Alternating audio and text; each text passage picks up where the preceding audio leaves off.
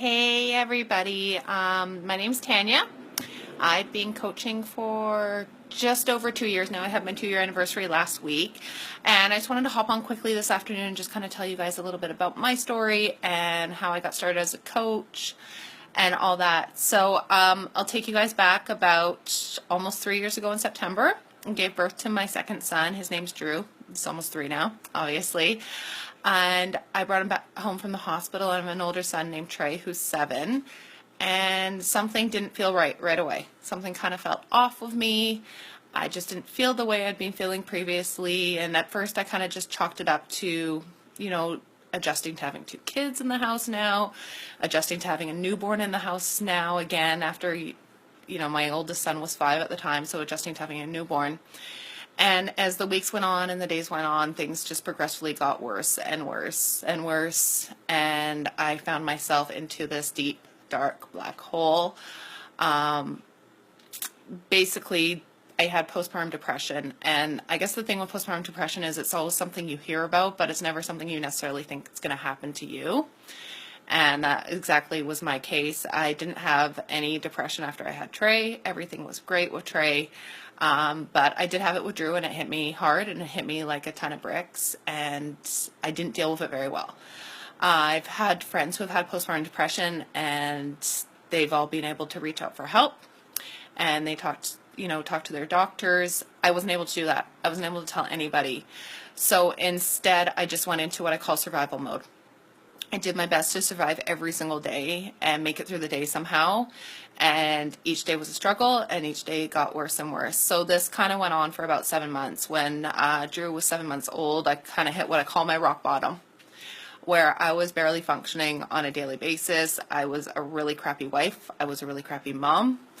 And I was scrolling Facebook one day, and I came across a post that one of my friends had written, announcing that she was now a Beachbody coach and talking about all her struggles. And that was the first day that I asked for help. And I messaged her, and I finally told somebody exactly what had been going on and how I'd been feeling. And I'll forever remember that day. I'll remember where I was sitting, what I was wearing. But it was the first time I was able to actually ask for help. And she just said to me, "It's going to be okay. Everything's going to be okay." And I chose to believe her in that moment, because I was so far gone that I didn't know what would happen. So we chatted back and forth, and she invited me to join one of her challenge groups. I joined right away because I figured at that point I had nothing to lose and something had to change. So I joined her group. I lost 10 pounds, which is awesome. But more than that, I kind of saw a little glimmer of the old Tanya coming back.